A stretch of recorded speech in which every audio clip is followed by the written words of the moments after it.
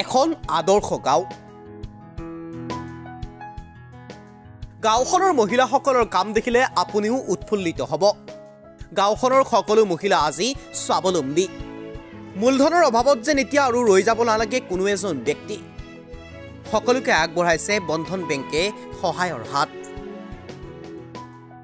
এখন আদৰ্শ গাঁৱৰ কেইগৰাকীমান স্বাৱলম্বী মহিলা কেইগৰাকীয়ে নিজে নিজৰ ভৰিত থিয় হ'বলৈ সক্ষম হৈছে যি স্বাৱলম্বিতাৰ অন্তৰালত আছে বন্ধন বেংকৰ পৰা ঋণ লৈ এওঁলোকে আৰম্ভ কৰিছে নতুনকৈ ব্যৱসায়ত সফলতা লাভ কৰিছে এতিয়া ইন্দিৰা আদৰ্শ গাঁৱৰ মহিলাসকলে এওঁলোকৰ নাম ৰশ্মিৰেখা কলিতা আৰু জ্যোতি কলিতা দুয়োগৰাকীয়ে বন্ধন বেংকৰ পৰা ঋণ লৈ কৰি গৈছে নতুন ব্যৱসায়খনত সফলতা লাভ কৰিছে ৰশ্মিৰেখা কলিতা আৰু জ্যোতি কলিতাই দুয়োগৰাকী আজি একগৰাকী স্বাৱলম্বী মহিলা আনহাতে এইগৰাকী মহিলাৰ নাম পলি চাংমাই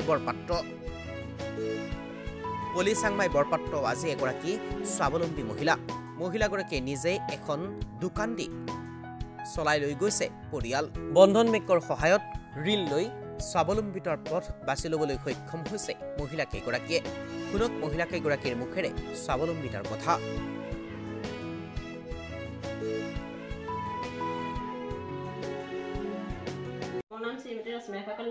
গাঁওখনৰ নামটো কি যোৰহাট এতিয়া আপুনি কিহৰ ব্যৱহাৰ কৰি আছে বিজনেছ কিহৰ কৰি আছে এতিয়া বিজনেছ মানে আমি কলটেকেলেই কৰোঁ হয় কিমান চনৰ পৰা কৰি আছে কিমান মানে বছৰ আগৰ পৰা কৰি আছে কিমান দিনৰ পৰা এইটো মানে দিন হ'ল এইটো পুৰণাই মৃৎশিল্প অতীজৰে আমি শিকা হৈছে আজি 10-12 বছৰ হৈছে আৰু নতুনকৈ শিকি পেলাই আগৰ আমি নাজানো মানে এতিয়া নতুনকৈ শিকিছোঁ আমি আপুনি অকলে কৰি আছে নে আপোনাৰ লগত আপোনাৰ পৰিয়ালৰ জড়িত হৈ আছে পৰিয়ালত জড়িত নাই এতিয়া আগতে আছিলে ঢুকালে এতিয়া মই অকলেহে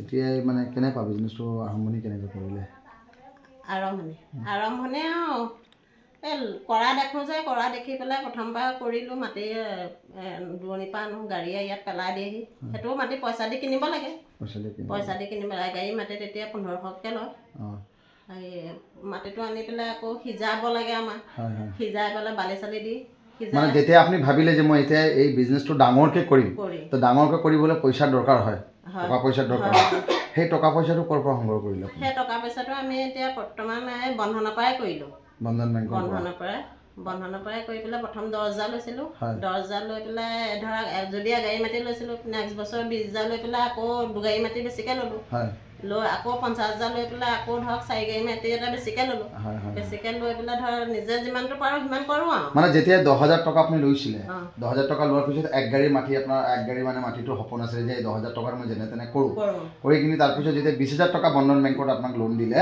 তাৰপিছত আপুনি 2 গাড়ী চিন্তা কৰিলে মানে আগতকৈ আপোনাৰ উন্নতি হ'ল নাকি উন্নতি হ'ল আৰু ভৱিষ্যতৰ পৰিকল্পনা আৰু কি আছে ভৱিষ্যতলৈ পৰিকল্পনা আৰু তেনেকৈ বেছিকৈ ল'ম আৰু বেছিকৈ ব্যৱসায়টো বহল কৰিম আৰু আপোনালোকৰ এই বস্তুবিলাক ক'ত বিক্ৰী কৰি আছে যোৰহাটৰ লগতে আৰু ক'ত বিক্ৰী কৰি আছে এতিয়া হেৰি এনেকৈ তিয়ক শিৱসাগৰ মৰাণ ডিব্ৰুগড় পায়গৈ ইয়াৰ পৰা চাপ্লাই দিয়ে হ'লচেলাৰ দি দিয়েগৈ তাত আমাৰ এনেকৈ খুচুৰা নিদিয়ে এই কলহীবোৰ কিমান টকাকৈ এটাত আমি এতিয়া হেৰি জেগা লয় আৰু ওচৰতে হ'লে গাড়ী ভাড়াটো কম হয় কাৰণে 22 টকা 30 টকা আকৌ তাতকৈ অলপ দূৰ হ'লে 30 টকা কিমান পৰিব এইটো কলহত এতিয়া 25 টকা 30 টকা পৰেগৈ আৰু দূৰণিত হ'লে মানে গাড়ী ভাড়া বেছি হয় যে দামটো বেছি হয় মানে বন্ধন বেংক লোন লৈ আপোনালোকে উন্নতি হৈছোঁ আৰু ভৱিষ্যতলৈ হ'ম বুলি গাঁওখনৰ উন্নতি হ'ব বিচাৰিছে মানে কিমান মানে মহিলাসকলে আপোনালোকৰ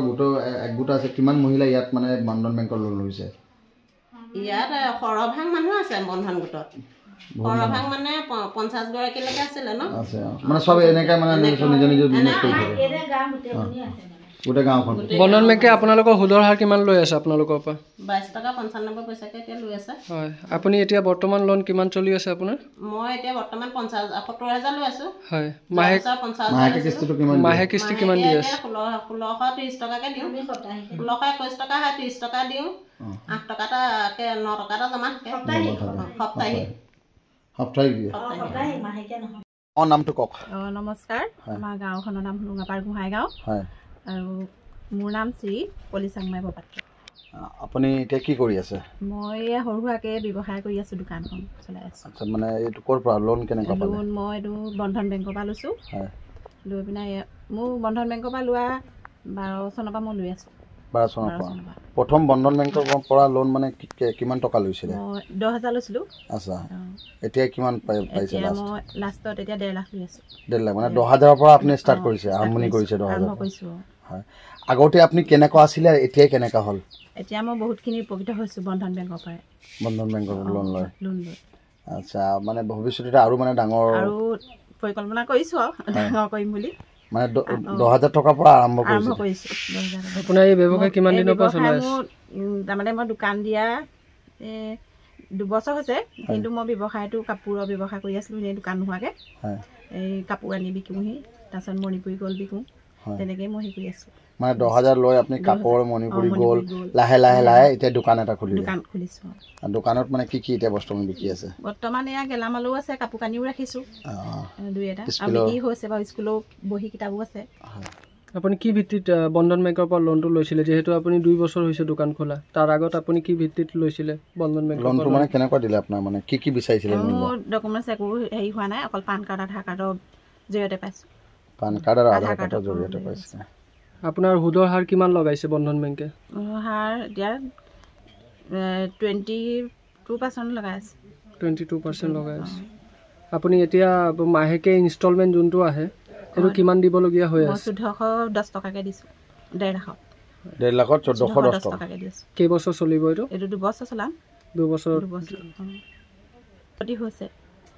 মোৰ লগতেও ওচৰৰ গাঁৱৰ মহিলাও উপকৃত হৈছে। আপোনালোকৰ গ্ৰুপত আছে মহিলা? আছে বহুত আছে। গ্ৰুপত কিমান মহিলা আছে? গ্ৰুপত আছে আপোনাৰ মহিলা 30-40 গৰাকী আছে। নামটো? নমস্কাৰ, শ্ৰীমতী জ্যোতি কলিতা। আপোনাৰ গাঁওখনৰ নাম কি? দগাচু সুন্দি আদৰ্শ গাঁও, যোৰহাট। যোৰহাটত। এতিয়া কি কৰি আছে আপুনি? আমি এতিয়া মৃৎশিল্প কাম কৰি আছোঁ। হয়, আৰু তাকে কৰি মেলি আমি চলি আছোঁ। আৰু মানে কিমান বনায়, মানে কিমান চেলিং হয় ইয়াৰ পৰা? চেলিং মানে কিমান হ'ব এতিয়া, ধৰ এটা ভটাত ধৰ 1500-1600 ওলায় আৰু। এটা ভটাত 1500 ওলায়, মানে যোৰহাট বিভিন্ন প্ৰান্ত আপোনালোকে দি দিয়া, হ'লচেল দিয়ে? হ'লচেলত দিয়া হয়। আচ্ছা, মানে দামবোৰ কেনেকুৱা? 22 টকা, 23 টকা, 30 টকা পিচ, মানে এপিচ 22 টকা। জেগা লৈ আৰু এই বিজনেছটো হঠাৎ মাথাত আহিলে কেনেকুৱা কৰিলে, মানে বিজনেছটো কি ভাবি কৰিলে? আমাৰতো চলিবলৈ সেইটোৱে 1 নম্বৰ উপায় আছে। আমাৰ বেলেগ পুৰণা মৃৎশিল্পটো আমাৰ আছে, কলঠেকেলি। আমাৰ সেইটো ধৰক আমি মাজুলীৰ পৰা হেৰি হৈ অহা মানুহে হয়। ইয়াত এতিয়া আমি স্থাপন হৈ এতিয়া আমাৰ চলিবলৈতো ব্যৱসায় এটা লাগিব। সেইটোকে আমি ভাবি পেলাই তাৰমানে ইয়াৰ পৰা মানুহে মানে মাটিটো উঠাই আনি পেলাই আমাৰ ইয়াত যেতিয়া গম পোৱা গ'ল যে ইয়াতে কৰিব পৰা হ'ব, সেইকাৰণে মানে আমি সেই কামটো ইয়াত কৰিবলৈ হেৰি কৰি দিয়া হয়। নিজে নিজে কৰি থাকোঁ। কেতিয়াৰ পৰা কৰি আছে এই ব্যৱসায়? 2004 চন মানত আহিছে। ইয়ালৈ 5 চনৰ পৰা কৰিছে আৰু। 5 চনৰ পৰা কৰিছে। কেঁচা মাটিবিলাক ক'ৰ পৰা আপোনালোকে আনে?